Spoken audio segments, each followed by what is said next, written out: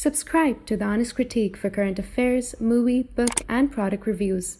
Also, make sure you press the bell icon to get notified whenever we upload a new video.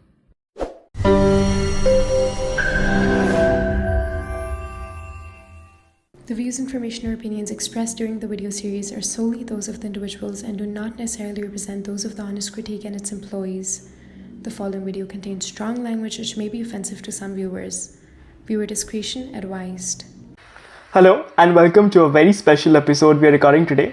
I'm delighted to be joined by Jeremy Issacharoff, who is the former ambassador of Israel to Germany and served as the Vice Director General of the Ministry of Foreign Affairs. So thank you, Ambassador, for taking your time and speaking to us today. So I wanted to start with a little bit about what happened the day before, or probably yesterday, depending on which part of the world we are in. So given the recent Iranian assault on Israel, what do you see probably the geopolitical implications, especially in the Middle East, particularly regarding the regional stability and alliances? And did you ever think that Iran will like to retaliate directly and send cruise missiles and ballistic missiles from its own borders?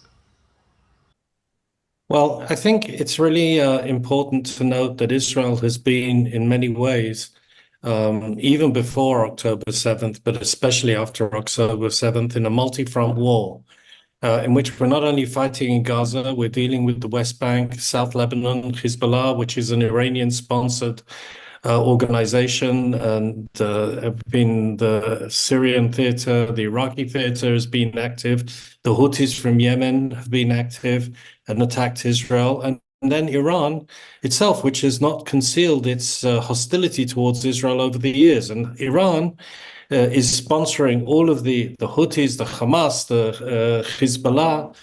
So the threat of Iran is very much in our scope and very much in our worldview. As we see the threats, the various threats in the region. And obviously, this latest escalation is a definitely a different step from the point of view of the Iranians, because the Iranians always like to fight behind somebody else. They don't like to be in a direct conflict with Israel, and this time they chose to do it. And they launched something in the region of around 350, a combination of cruise missiles, ballistic missiles, and drones with explosives. And as you know, the rate of interception was extremely high, thanks to cooperation to our American friends, French, Jordanians, and Israel's very effective multi-layered missile defense. And when Iran chooses to do something like this, it has even a broader, somewhat implication in the regional stability in the Middle East. We have seen, for example, some amount of cooperation from the Jordanians, and we have seen not much happening after that, and it's kind of stable right now. But do you see this escalating and changing any sort of dynamics in the Middle East? Well, look, I think that, as I said, the dynamic of instability that Iran has caused in the Middle East is already with us for a number of years. We've seen it, as I said, in Gaza, in Lebanon, and Syria, etc. And they are an agent of instability. Now, to the extent that this action is going to lead to a broader and wider escalation, that remains to be seen. I mean, Iran is not always predictable.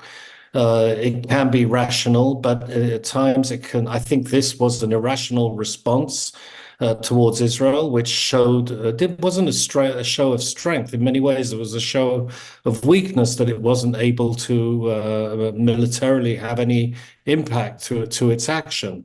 But you can be sure that other countries, moderate countries in the region, don't only see this as a threat to Israel, they see it very much as a threat to them. Listen, when you have multiple drones entering any sovereign airspace of any country, they're going to respond. And I don't think there's any doubt about how, the Iranian attempts to subvert subvert Iraq, Syria, Lebanon is something that just concerns Israel. It concerns the entire region and is a threat to the very stability of the region. And so I think what the Iranians have done will be to strengthen ultimately the resolve of America, Israel, the moderate Arab countries to resist this attempt to destabilize the area and prevent any further subversion. It won't be easy, but it's something that has to be done.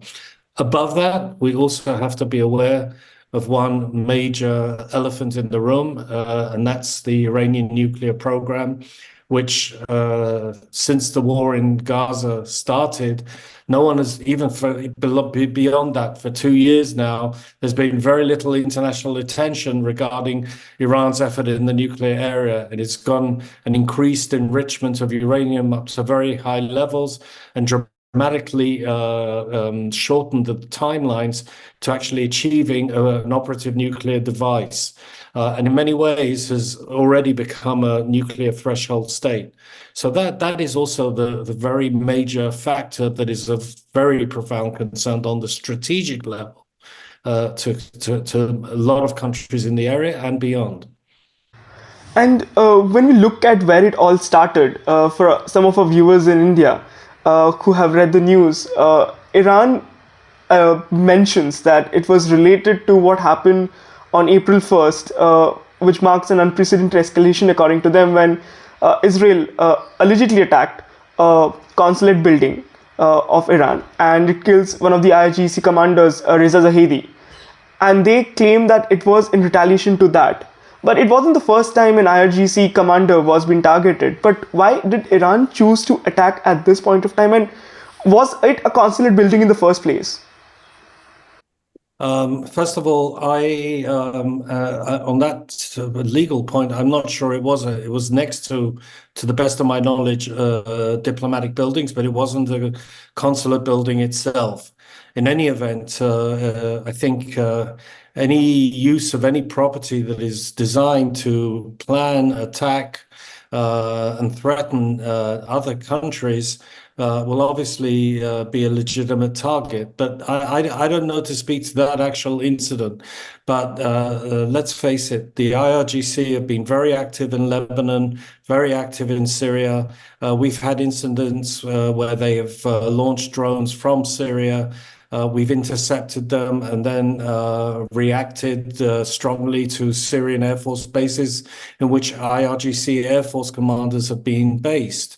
And then we didn't see this type of reaction. But I can't speak to why the Iranians felt they needed to carry out such a brazen and broad attack on Israel that in many ways only re-emphasizes Iran as a hostile country, as a country that's seeking instability, as a country that is using its agents to subvert other regimes and to attack other countries.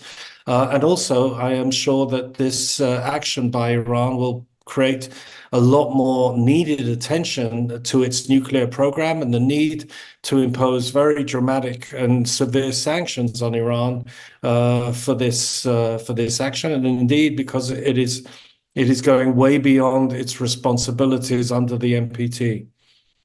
And if we take a little further and ask about Israel's plan of retaliating to this attack and how they would respond. You see there, I'm sure the preemptive strikes will continue in Lebanon, wherever the targets are found. But in a general sense, you should, in your opinion, do you not think that Israel should rather target the head of the octopus than targeting the tentacles around? Because that's where all the things are flowing from. Mm-hmm. Well, obviously, I think that this attack can't and should not go unanswered. I think it's a time that we need to consider the situation. We should also take into account the needs of Israel's national security, the interests of our major allies like America, like the other two countries that helped in the interception, like the UK and France, and also the Arab countries that we have relations with. And so I think that, we need to consider this carefully. We shouldn't act out of haste. The Iranians should know that we very severely rebuffed this attack. I think it's quite exceptional that 99%, and this was done in coordination with other countries, of course, but 99% of about 350 rockets and missiles and drones were intercepted is a phenomenal instance of really effective air defense. So I think that the burden should remain on Iran, and reprisals can also be in a range of different areas. They could also be diplomatic, economic, and of course military. But I don't want to, as it were, jump the gun and see how we'll see. And I think the Iranians should be worried about how we conceive of the reaction to this. Yeah. And if we, since you're mentioning this about the Western allies, I want to ask a couple of questions on that, and we can probably end this. The Western allies were very significant in defending Israel, and we have seen over the last 6 months as well of the US support and UK support in this. Coming an attack like this and an election year in both US and UK, do you think even both the countries would want to tread this path very carefully to avoid a wide-scale conflict, and would push at least Israel to show some kind of restraint, especially after what happened on the Iranian side? Look, I'd say that our genes, the Israeli genes, are actually geared to maintaining peace and quiet. And, let's not forget, on October 6th, the border with Gaza was quiet. There was no provocation on our side. It was an Israeli Jewish festival. And we were attacked, and it was a horrific attack in which over 1,500 Israelis were killed, kidnapped, raped, murdered, and the most dreadful day in Israeli history.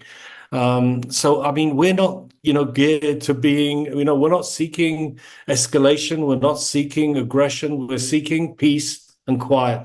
That's why we made peace with Jordan and Egypt. That's why we signed the Abraham Accords with the Emirates and Bahrain and other countries, Morocco, and we're willing to extend it also to the Saudi Arabia, which I think would be a very important step. So our genes are guiding towards stability. But you live in a tough area. And I think India is aware of this, that when your national security is challenged, you have to respond. And if you don't respond in this area, you're seen as being weak.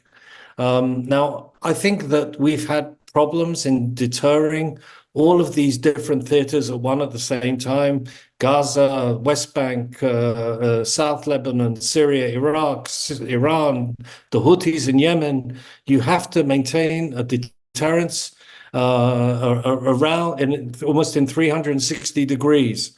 And it's not something that is easy, but our tendency is to try and work with our neighbors, with our allies, for stability, and also for maintaining and stopping any major escalation that could occur. And I think it would be time for the world to realize who is on the side of stability and see Iran for the agent of instability that it is. And last thing that I wanted to ask you is, I'm sure that there are back channel talks going on between the Western allies and probably the Iranian side as well. Given the fact that Iran choose not to even escalate this beyond a certain point, and probably wanted this entire operation to be a face saver and an optics game, are you hearing any sort of back channel talks going on, and what the Iranian side want after this entire fiasco? And personally, no, I'm not hearing that, but I would imagine there could be talks.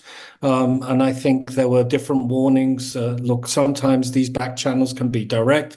Sometimes they can go through other third parties, but I would not be surprised at all if there are such channels going backwards and forwards and messages being exchanged. And I don't think